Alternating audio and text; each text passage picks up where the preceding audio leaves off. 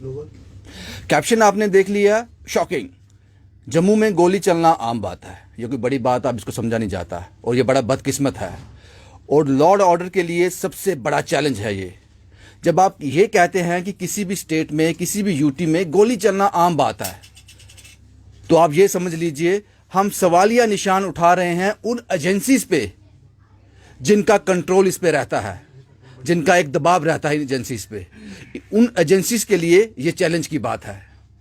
इसलिए मैंने कहा कि बड़ा बदकिस्मत है कि अब जम्मू में हम ये कहते हैं कि गोली चलना आम बात है।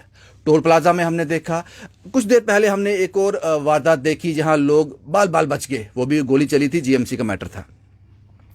लेकिन कल जो हुआ, पेरेंट एसोसिएशन के चेयरमैन अमित कपूर पे गोली चली।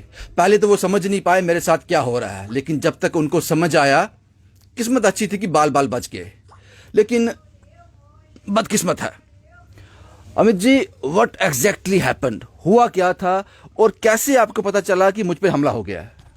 ये इत्तेफाक था कि मैं कल अकेला था, वरना मैं अकेले जाता ही नहीं हूँ। अगर अकेला मैं जाऊँगा तो जानीपुर से बाहर मैं अकेला नहीं जाता हूँ, क्योंकि मैंने ऑलरेडी आपके मीडिया के माध्यम से भी कई बार बताया हुआ है कि मुझे रिस्क है। ये तो आम छोटा बच्चा भी जानता है कि जो फाइट मैं कर रहा हूँ वो किन लोगों से फाइट है, और वो लोग कौन हैं। वो एजुकेशन माफिया हैं जो सरकारें चलाते हैं, जो मेरे हिसाब से जो एडमिनिस्ट्रेशन को भी वही चला रहे हैं इस टाइम।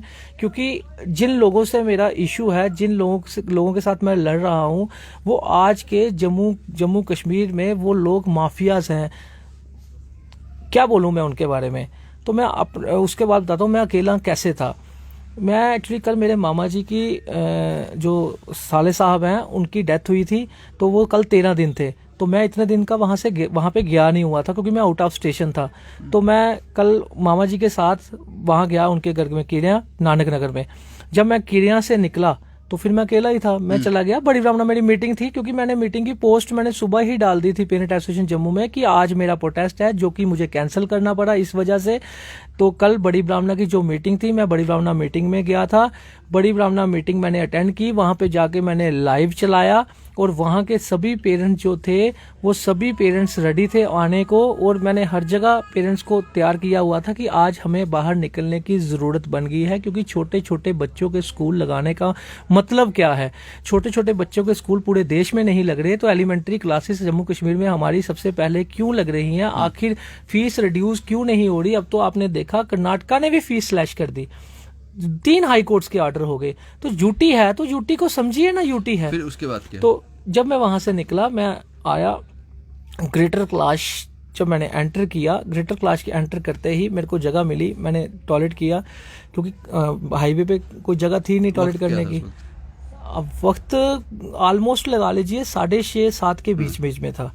तो मेरे हिसाब से यही टाइम था, 10 मिनट ऊपर नीचे हो सकते हैं। तो जैसे ही मैं टॉयलेट किया, मैंने टॉयलेट करके मैं गाड़ी में बैठा। गाड़ी में बैठने के बाद मैंने गाड़ी स्टार्ट की, गाड़ी स्टार्ट करके मैं आगे चला गया। जैसे ही मैं थोड़ा सा आगे गया तो मेरे को जो सामने दिखा, क्योंकि अब क्या होता है कि गोली का शीशा टूटता या मेरे को टच होता, मेरे को लगती, तो मुझे पता चलता कि मेरे पे वार हुआ है।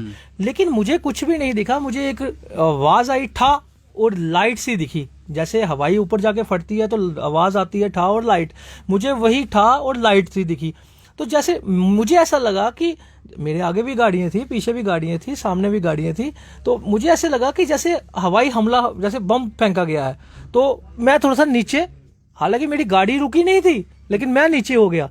तो गाड़ी मेरी थोड़ी सी आगे जाके 2 मिनट के लिए रुकी, लेकिन उसी के साथ साथ ही दो बार मेरे को और ये ऐसा हुआ था, दो बार और। लेकिन मुझे नहीं पता ये फायर हुए, फायर तो मुझे बाद में पता चले कि ये फायर है। मैंने सोचा कोई ब्लास्ट हुआ है, किसी ने बम फेंका है, मेरे ऊपर नहीं कि ऐसे फेंका है किसी ने। तो मैंने गाड़ी भगाई, और मैं गाड़ी भगाते कई गाड़ियां बीच में, मैंने बड़ी रैश ड्राइविंग करके वहां तक, नाके तक मैं पहुंचा। नाके तक पहुंचा मैं, नाका वहां से पास ही था, कोई ज्यादा दूर तो है नहीं। नाके तक मैं पहुंचा, नाके में मैंने गाड़ी लगाई। मैं बड़ा, एक्चुअली मेरा वीपी बढ़ गया था। एब्सोल्युटली, वो तो बढ़ना ही वीपी था। मेरा बहुत ज्यादा बढ़ गया था, और वीपी बढ़ने की वजह से मेरी टांगों में होश ही नहीं थी। टांगे बिल्कुल सो गई थी, बड़ी मुश्किल से मैं वहाँ पे बैठा। पुलिस वालों ने काफ़ी कोऑपरेट किया, मेरे को पानी शानी पिलाया। उन्होंने बोला बेटा घबराने की ज़रूरत नहीं, आप बैठो। मैं एक सरदार जी थे, ASI थे, उन्होंने कहते बेटा तू मेरा बेटा है, टेंशन मत ले, तू राधा स्वामी बंदा है, तेरी फोटो देखी मैंने, राधा स्वामी बंदा है, तू क्या घबरा रहा है, कोई घबराने वाली बात नहीं। तो उन्होंने राउंड शाउंड मारा गाड़ी के आगे, कहते बेटा कुछ नहीं है, कोई घबराने वाली बात नहीं है। तो मैंने कहा ठीक हो गया, मैंने कहा चलो। तो लेकिन पानी शानी पी रहा था मैं। फिर उन्होंने राउंड जब मारा तो उन्होंने देखा कि मेरी, कहते यार तेरी तो किस्मत, तू लक्की आदमी है, तू बच गया। कहते इन्होंने तो सीधे तेरी चेस्ट पे गोलियां मारी हुई हैं, ये तेरी सीधे तेरी चेस्ट पे वार किया हुआ है, तेरी गाड़ी के आगे गोलियां बजी हुई हैं। तो जब उन्होंने मुझे गोलियां दिखाई तो फिर मुझे पता चला कि मेरे पे बुलेट से हमला हुआ है, मेरी ही गाड़ी पे हमला हुआ है, लेकिन इत्तेफाकन शीशा नहीं टूटा और अंधेरे में सुराख में देख नहीं सका था उस टाइम। मुझे क्या पता चल, मेरे को टच होता जहाँ शीशा टूटता तो मुझे पता चलता मेरे पे गोलियां चली हैं। तो उसकी जब मैंने ये देखा कि बिल्कुल मेरी चेस्ट पे शॉक था, उसकी वजह से थोड़ा सा मेरे को कुछ ज्यादा मतलब कि शरीर में होश नहीं रही, घबरा गया मैं थोड़ा सा। तो उसके फिर उन्होंने मेरे को थाने में लिया, चौकी में DSP साहब आए, SHO साहब आए। तो फिर उन्होंने मेरे को मेडिकल करवाया, मेडिकल में मेरा वहाँ पे वो हुआ, CT स्कैन हुआ, ECG वगैरह हुआ, ये सब हुआ, जो भी फॉर्मेलिटीज होती है। अब ठीक है ना? तो ऑलमोस्ट मैं ठीक हूँ, सिर्फ मेरे जो लेग है, लेफ्ट लेग, उसमें थोड़ा सा बेन थोड़ी सी प्रेस हुई है, तो बाकी ऑलमोस्ट ड्यू टू VP। अच्छा मिसा, मुझे ये बताओ कि आज से पहले भी ऐसा कोई इंसिडेंट आपके साथ हुआ है, जहाँ आप पे किसी और तरह की ऐसी कुछ धमकियां या इस तरह कुछ हुआ है कुछ इस तरह? देखिए मैं आपको बताता हूँ, ये जो साजिश है ये आज की नहीं चल रही है, क्योंकि मैं आपको बताता हूँ, अगर IPS ऑफिसर मेरी बात सुन रहे हो, अगर LG साहब IPS ऑफिसर, सीनियर ऑफिसर मेरी बात सुन रहे हो, तो मैं उनको बताना चाहता हूं कि मेरे बारे में पता करवाइए अपने सोर्सेज से, ना कि अपने जूनियर ऑफिसरों के सोर्सेज से। मेरे बारे में अगर पता करवाना है तो अपने सोर्सेज से पता करवाइए कि मेरे ऊपर 38 ईयर मेरी एज है, इंडिविजुअल FIR मेरे पे एक नहीं है। क्या मेरा कसूर यही है कि मैं करप्ट ऑफिसरों के खिलाफ बोलता हूं? क्या इसीलिए मेरी फाइल बना दी गई? क्या इसीलिए मेरे पे इल्जामात लगा दिए गए? और जब मेरे पे इल्जामात KS ऑफिसर जैसे डायरेक्टर एजुकेशन जम्मू जैसे लोग लगाते हैं, जब मैं RTI लगा के जवाब मांगता हूं तो वो जवाब में ये कहते हैं हमने पेपर में देखा था। तो ऐसे पेपर जिनके स्कूल्स हैं, उन्होंने मेरी झूठी न्यूज लगा दी, मेरे नोटिस तक नहीं उन्होंने पकड़े। भाई साहब मेरे को कोई जवाब तो दे। अमित साहब, ये आप खुशकिस्मत थे कि आप बाल बच गए, भगवान का शुक्र है आप बच गए। लेकिन आप मुझे ये बताओ कि आगे के लिए प्रॉब्लम्स तो रहेंगी, क्योंकि इस तरह का इंसिडेंट हुआ है। आपने कुछ सिक्योरिटी की डिमांड की है या इस तरह कुछ? देखिए मेरी बात सुनिए, यहाँ हमारा जो जम्मू कश्मीर है, जम्मू कश्मीर में आपने कभी देखा कि आपको, देखो जिस हिसाब की फाइट मैं कर रहा हूं, मेरी फाइट बच्चा जानता है कि किसके साथ फाइट है। 6 महीने पहले मैं प्रेस कॉन्फ्रेंस करता हूं, मैं लोगों के नाम देता हूं, मुझे इन लोगों से रिस्क है। मेरे को लास्ट मंथ एक गैंगस्टर एक मैसेज भेजता है, मेरे अपने ही नोन के हाथ, बड़े प्यार से मैसेज मेरे को आता है, बोला जाता है कि अमित कपूर इस मसले से पीछे हो जा। वो मसला क्या था वो मैं अभी उजागर नहीं कर सकता, क्योंकि आप शायद, मैं इस टाइम अकेला हूं, मेरी फैमिली अकेली है, तो आप समझ सकते हैं कि मैं आपको अच्छा लगता है वही समझा कीजिए। तो कहने का मतलब है कि उस आदमी ने मेरे को मैसेज भेजा कि इस मसले से पीछे हो जा। जिस मसले से पीछे होने के लिए बोला, वो मसला जिस आदमी के लिए वो बोल रहा था, उस आदमी ने मेरे को यही बोला गया था कि स्कूल के मसले से पीछे हो जा। आपको लगता है कि यहाँ इस साजिश में जो कल हुआ, कहीं ना कहीं उनका हाथ हो सकता है? देखिए 2 लोग हैं, या तो स्कूल माफिया, तो या फिर जिस आदमी के लिए मैं बोल रहा हूं, जिसका मैं नाम नहीं ले पा रहा, तो वो डिपार्टमेंट पूरा जानता है कि मेरी रंजिश किसके साथ चल रही है, किसको मेरी वजह से नुकसान हुआ, मेरी प्रेस कॉन्फ्रेंसों की वजह से किसको हाथ धोना पड़ा अपनी जॉब से और दूसरी जगह जाना पड़ा। ये सब मीडिया के कर्मी, हमारी जनता और हमारी एडमिनिस्ट्रेशन जानती है। लेकिन जब इन्वेस्टिगेशन होगी तो मुझे पूरी उम्मीदें हैं, क्योंकि आज का जो प्रोटेस्ट है मैंने कैंसिल किया, वो इसलिए कैंसिल किया क्योंकि SSP साहब ने मेरे को कॉल करवाई ऑफिसर से कि अमित को बोलो कि हम पूरी श्योरिटी देते हैं, हम इन्वेस्टिगेशन जल्द से जल्द बंदे ये पकड़ लिए जाएंगे। अमित साहब, मुझे मेरे सवाल का जवाब मिला नहीं, इसलिए मैं अपने सवाल को फिर से रीफ्रेम करता हूँ। ये जो हमला हुआ, आप खुशकिस्मत थे, आप बच गए। लेकिन फ्यूचर के भविष्य की गोद में क्या किसी को पता नहीं। इसके लिए आप क्या सतर्कता बरत रहे हो? आपने एडमिनिस्ट्रेशन से, पुलिस से कुछ अप्रोच किया है अपनी सिक्योरिटी के लिए? मैं सिंपल सी बात कहता हूँ, मुझे कोई उम्मीदें किसी से नहीं है। आपने अप्रोच किया किसी को? मेरे को किसी से कोई उम्मीद ही नहीं है। जब तक आप अप्लाई नहीं करोगे तो सर, उम्मीद कैसे? आज से 1.5 साल पहले जब मैं सुप्रीम कोर्ट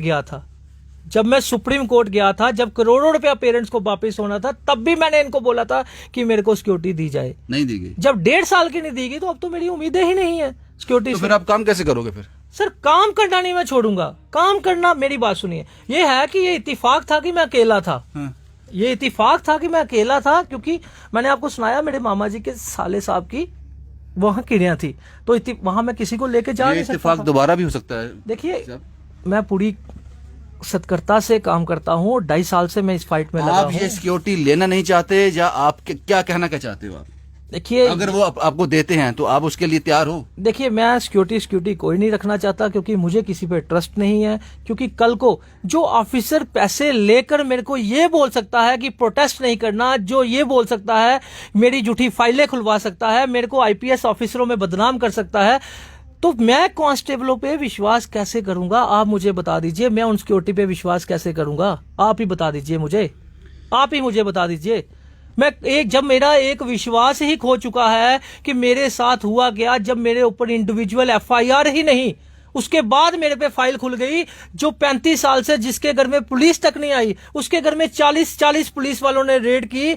बाद में लास्ट में 9 महीने के बाद मेरे पे इल्जाम क्या लगाया गया कि अमित कपूर, जो पुलवामा सैनिक शहीद हुए थे, उस टाइम अमित कपूर ने प्रोटेस्ट किया था। कपूर साहब, मैं आपकी बात से पूरी तरह सहमत हूं, लेकिन मेरा सवाल ये है, अगर आप कहते हो कि मैंने अप्लाई ही नहीं किया, मुझे यकीन ही नहीं है, मुझे सिक्योरिटी नहीं चाहिए, आपको नहीं लगता कि आप अपने बच्चों के साथ इनजस्टिस कर रहे हैं? सर, मैंने 1.5 साल पहले अप्लाई करके देख लिया है। मैंने बोला आपको, 1.5 साल पहले मैंने अप्लाई करके देख लिया। मैंने जेके चैनल में इंटरव्यू दिया था कि मेरे को जान का रिस्क है। मैंने नाम तक लिए थे कि ये लोग मेरे आज अगर आपको वो सिक्योरिटी देते हैं तो आप तैयार हो? आप रिफ्यूज तो नहीं करोगे? देखिए, ये सरकार डिसाइड करेगी या मेरी एसोसिएशन की जो टीम है वो डिसाइड करेगी, तो मुझे कोई प्रॉब्लम नहीं है। लेकिन ये कि ऐसे लोग लगाएं जो ईमानदार लोग हों, जो अपनी ड्यूटी करें। उसकी शिनाख्त कैसे होगी? वो क्या, कौन सा पैमाना है जहां वो नापा जाएगा? वो सीनियर ऑफिसर ही हैं। सीनियर ऑफिसर चाहें, क्योंकि वेल क्वालिफाइड और वेल एक्सपीरियंस्ड होते हैं ये सीनियर ऑफिसर। अगर ये अपनी समझ के, अगर ये अपने सोर्सेज के ऊपर ये काम करें, कोई भी इन्वेस्टिगेशन करें, तो मेरे हिसाब से उनकी इन्वेस्टिगेशन फेल नहीं हो सकती, अगर वो जूनियर ऑफिसर पे डिपेंड ना हो तो। एक आखिरी सवाल मित साहब, हमारी सिंपैथी आपके साथ है। आप जो काम कर रहे हो, पेरेंट्स एसोसिएशन के चेयरमैन हो आप, सराहनीय है। और शायद अमित कपूर को पूरा जम्मू जानता भी होगा, पूरा जम्मू कश्मीर जानता होगा अपने काम की वजह से। लेकिन अब सवाल ये है, क्योंकि जो हमने कल रिपोर्ट्स देखी, उसका जो फीडबैक लिया, कुछ लोगों का एक मंशा है, एक मेंटालिटी ये सेट है कि अमित कपूर पे गोलियां चलती हैं, अमित कपूर को गोली लगती नहीं है। ये एक अपने आप को लाइमलाइट में लाने के लिए एक स्टंट भी हो सकता है। सर देखिए, ये सवाल मैं इसलिए आपसे पूछ रहा हूं क्योंकि ये मैसेज पब्लिक डोमेन में जाना जरूरी है, क्योंकि जब सवाल उठते हैं तो जवाब होना चाहिए। सबसे पहले इसका जवाब आपने खुद ही दे दिया कि आपको लगता है कि आज के टाइम मुझे जम्मू कश्मीर में नहीं, मैं कहीं बाहर भी जाता हूं ना, तो मुझे लोग कहते हैं आप वही अमित कपूर हो जो बच्चों की आवाज उठा रहे हो।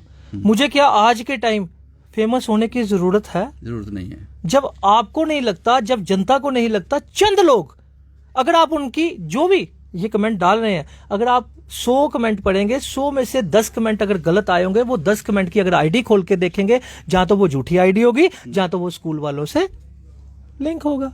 आप कभी भी ये चेक कर लीजिएगा, मैं दावे के साथ कह देता हूं। और बाकी पुलिस की इन्वेस्टिगेशन से कोई बच तो सकता नहीं, पुलिस से बड़ी कोई चीज तो है नहीं। और हमारी एजेंसियां कुछ, अच्छा मैंने हमला करवाया, कल कितने हमले हुए, गोली कितनी चली? कल 3 गोली चली ना। इस महीने कितनी गोली चली? वो सारी लोगों ने खुद ही करवा दी। ये तो देखिए, एजेंसी कोई छोटी मोटी, ना मेरी सगी एजेंसी है ना किसी की सगी एजेंसी होगी। इन्वेस्टिगेशन होगी, कोई ना कोई पकड़ा जाएगा। और एसएसपी साहब ने श्योरिटी दी है कि हम जल्द से जल्द बंदे को पकड़ के सामने लाएंगे। बहुत बहुत शुक्रिया। एक आखिरी सवाल एक और, क्योंकि आखिरी में बोल देता हूं लेकिन मेरे बड़े आखिरी होते हैं। अब मुझे ये बताओ, अमित कपूर को सिक्योरिटी की ज़रूरत है? अमित कपूर क्या सोचते हैं एज ए इंडिविजुअल, वो क्या सोचते हैं? इंडिविजुअल की बात करूं तो मुझे कोई ज़रूरत नहीं है, क्योंकि मेरे साथ कोई ना कोई होता ही होता है। हाँ, अगर मैं अपनी फैमिली को लेकर देखूं, मैं अपने बच्चों को लेकर देखूं, क्योंकि मेरे घर में कोई मर्द नहीं है, मैं खुद हूँ, मेरे पापा नहीं है, मेरे 2 बच्चे हैं, मेरी मम्मी है। ये मैं कोई सहानुभूति के लिए घर नहीं, की फिक्र रहती है। हाँ, तो घर की टेंशन जरूर है। तो शायद इसी वजह से मैं कल जब मेरे साथ ये कांड हुआ तो पुलिस मीडिया को बुलाने लगी। मैंने बोला सर नहीं बुलाना तब जब तक मेरे अपनी फैमिली को स्टेबल ना कर दूं, जब तक फैमिली के सामने मेरी बाइट ना आ जाए। क्या चाहते हो, आपकी घर में सिक्योरिटी होनी चाहिए? हाँ, मेरी फैमिली सिक्योर होनी चाहिए, बस मुझे फैमिली सिक्योर चाहिए, मुझे अपना कोई लेना देना नहीं। इसके लिए आप कुछ एप्लीकेशन देने जा रहे हो, कुछ करने जा रहे हो? सर एप्लीकेशन तो दूंगा, मगर एप्लीकेशन से होगा क्या? ऑलरेडी 2.5 साल से इनिशिएटिव तो लेना पड़ेगा। सर 2.5 साल से इनिशिएटिव लेते चलो रिफ्यूज ही हो जाएगी, लेकिन आपके एंड से तो रहेगा दूंगा, ना? जरूर दूंगा। ये हमारी खास मुलाकात थी। बड़ा बदकिस्मत है, क्योंकि जैसे कि मैंने शुरुआती दौर में कहा कि जम्मू में इस तरह की चीजें बड़ी रेयर, जिसको आंका भी नहीं जा सकता। लेकिन पिछले 1 महीने की बात की जाए तो गोली चलना आम बात हो गई है। खुशकिस्मत थे अमित कपूर साहब जो इससे बाल बाल बच गए। हम उम्मीद करते हैं कि इस तरह की चीज़ें जो हैं, जो एजेंसियां इस पे काम करती हैं, वो उसको बड़ा सीरियसली लें, क्योंकि जम्मू कश्मीर हिंदुस्तान का ताज है। हाँ, ये ताज ही रहना चाहिए। एक चीज़ मैं कहना चाहता हूँ, मैं ह्यूमन राइट्स HRSS का एजुकेशन फैसिलिटेटर हूँ जम्मू कश्मीर का, और हमारी UNO कमीशन में कंप्लेन भी जा रही है, आज चली जाएगी।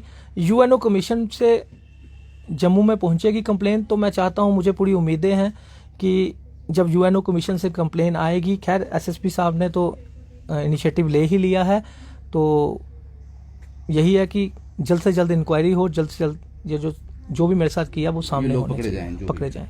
शुक्रिया साहब, हमसे बात करने के लिए। जम्मू से शुभम कुमार के साथ Ravindra Singh, the state sentinel के लिए।